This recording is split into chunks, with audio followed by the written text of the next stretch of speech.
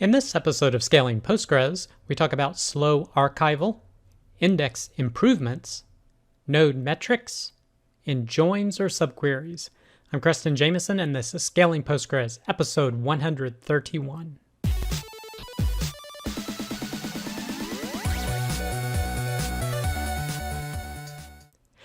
All right, I hope you, your friends, family, and coworkers continue to do well. Our first piece of content is why PostgreSQL wall archival is slow.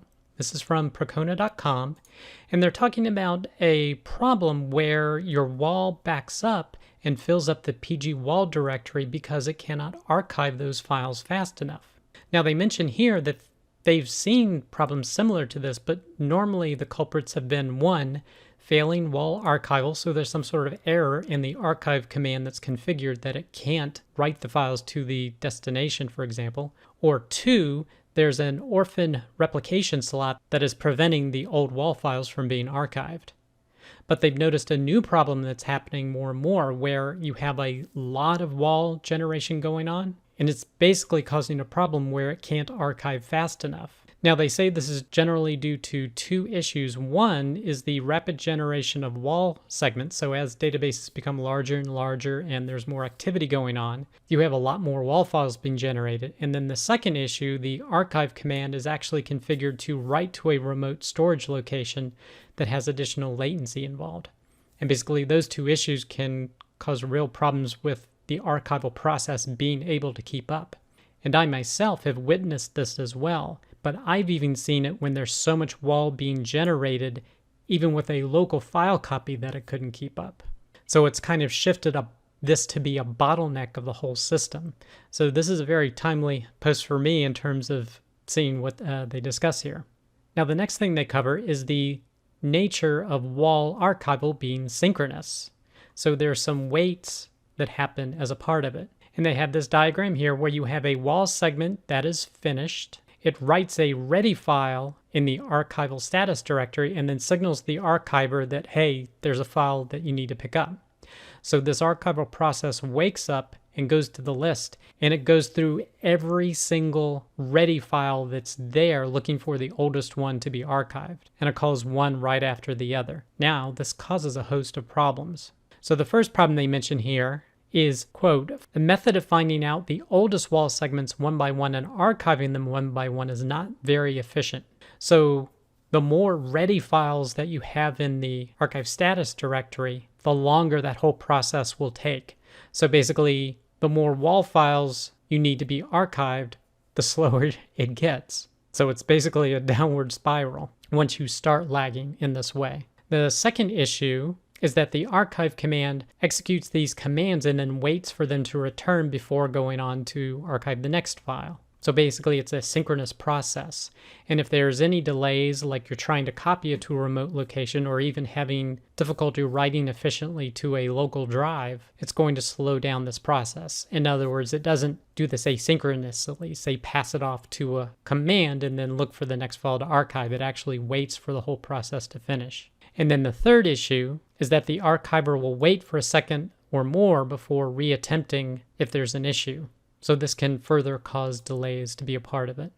And they discuss some more issues with the implementation, but really what it's looking to me like this is an area ripe for optimization of Postgres itself, on finding ways to just make this whole archival process more efficient. But in terms of an immediate solution, what they mention here is since the archive command just passes it off to another tool or utility or program, make that an asynchronous program that just accepts the input and then starts doing its process and then returns immediately. So here they mention that PG backrest has just such that capability. So it uses multiple background workers, and essentially once it gets called, it returns immediately so the archive command can then do its next piece of work. But then it uses those processes to actually write the files, copy them to different locations, etc. So I found this to be a really great post discussing the problems and even some of these problems that I've seen.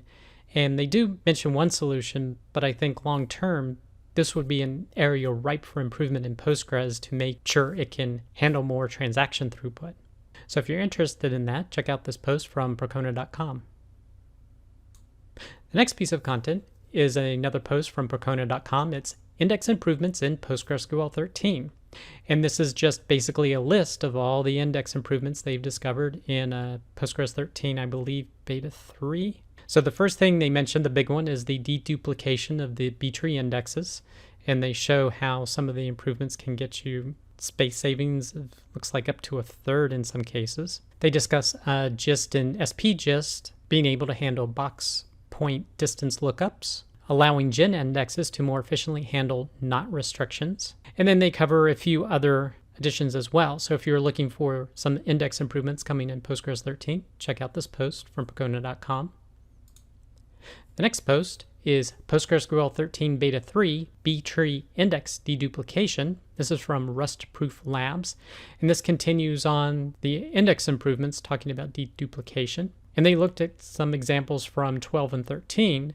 And what they found is that, of course, when you have a index with a lot of unique values, such as a serial, you're not going to get that much reduction. But other types of index, depending upon your data, you can get significantly high reductions. Like this one's greater than 70%. And they show some of the improvements in index sizes between 12 and 13 as well here. So if you want to learn more about this upcoming capability in Postgres 13, check out this post. The next piece of content is PostgreSQL node metrics don't fly blind. This is from crunchydata.com. And they're talking about a new extension they created called pgnodemx. I'm assuming that means Postgres Node Metrics Extension, because this is an extension. And what it does is allows you to query system metrics from your operating system through SQL. It shows some of the different functionality related to it. And they've made this a part of the Crunchy Data monitoring system that they have set up with a PG monitor. And it works, of course, with their container suite and the Postgres operator. So if you want to learn more about this extension and its capabilities for retrieving system information, you can check out this post from crunchydata.com.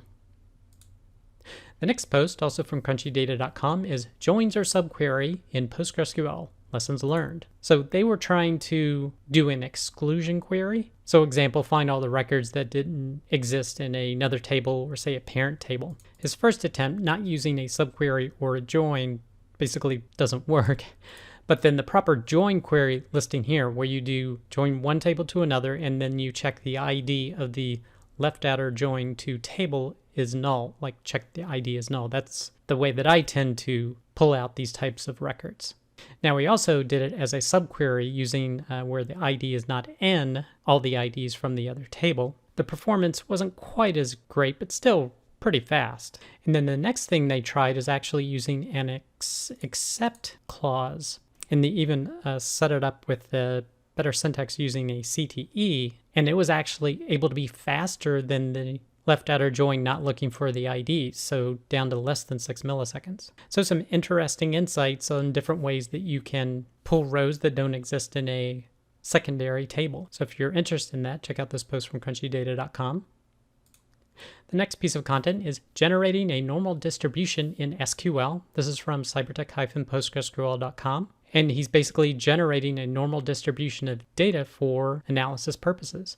And he's actually using the TableFunc extension. And he shows you how to run a command using the normal rand function to be able to generate your distribution. So if you're interested in generating a distribution of data, definitely check out this post. The next piece of content is which partition contains a specific row in my PostgreSQL database. So this is a very quick post, but it does exactly what it says, and it uses table OIDs or table object IDs. And with this simple query, you can determine where a particular record is in a partition. Now, you may be able to do this easily, as he says, with list or range partitioning, but with hash partitioning, this is probably the easiest way to find certain data and find out which partition is being targeted for it. So if you're interested in that, you can check out this post from secondquarter.com. The next piece of content is FDWs, curl, and limit. So this was an interesting post where he's using a file foreign data wrapper to basically pull in a set of data from the internet, looks like a CSV file, and format it in terms of a table and then query against it. Now we actually wanted to limit the number of rows returned, but that actually caused an error. but he found a way around it using some shell manipulations to be able to avoid the error and still pull it and be able to do a limit on the query. Now he says, this is a very inefficient way to set up a foreign data wrapper with a file on the internet because you're constantly going to be downloading the data with every query. So his solution for that is creating a materialized view. So basically, whenever you refresh the materialized view, it re-downloads the data and repopulates this materialized view with all the data. That way you can add the index to have fresh data and not refresh it with every query. So it's an interesting use case, but if you're interested in that, you can check it out on the blog at hagander.net. The next piece of content is PG Phriday, 10 Things Postgres Could Improve, Part 3. Now this is following up some of their posts talking about things that Postgres could improve on, and they're talking about some of the disadvantages with the way that Postgres does MVCC, and that is that records that are updated or deleted aren't updated in place or deleted right now. They're just marked for future removal, and a new record is added. So if you're going to update something, new record is added, the old one is marked as not there anymore. Now that's great because depending upon the visibility of that row, you can maintain that. Other database systems manage rollback segments or something similar where they do update in place, but then they record the fact that that older version still exists. So they talk about some of the benefit and the disadvantages of it. Mainly is that you have to go in and vacuum up all those rows. And they go into a little bit of the freezing as well with the XID. They also talk about the index as the heap. So what they say is that Postgres keeps the indexes and the heaps separate. And the previous post that was talking about things that Postgres could improve upon is that it would be advantageous to have the heap or the actual data ordered in some way. But right now, Postgres doesn't really have any order. You can cluster it, but it doesn't maintain that order for long, and you'd have to constantly recluster it again, which is a problem because this locks the entire table. So it's definitely not ideal to use unless you have some sort of data warehousing scenario where the system can be offline while tables are reclustered. So he talks about potential benefits of doing that and whether it's advantageous just to leave Postgres as it is, having indexes and heaps completely separate. And the next thing they discuss is inline compression, and that Postgres doesn't do that currently. But if you check out the previous episode of Scaling Postgres, we talked about a patch that actually enables you to define compression for certain tables and lets you choose the compression level and get benefits in terms of you want greater write efficiency or greater read efficiency. So it looks like this particular pain point that was mentioned might be looking to be resolved in a future version of Postgres. So that would be super. So if you're interested in learning more about some of the discussions on way Postgres could improve, you can definitely check out this post from secondquadrant.com. The next piece of content is actually a presentation that was done by Bruce Momjian, and it's Postgres in the cloud, the hard way. He basically set up a Postgres instance only using the command line and setting it up on AWS. So you can see the outline of the steps he took here. He set up the AWS client interface, chose an AMI, set up the instance, set up logging and configuring. And in terms of setting up the instance, it looks like he also created security groups and roles and things of that nature, installed Postgres, and then was able to connect to it.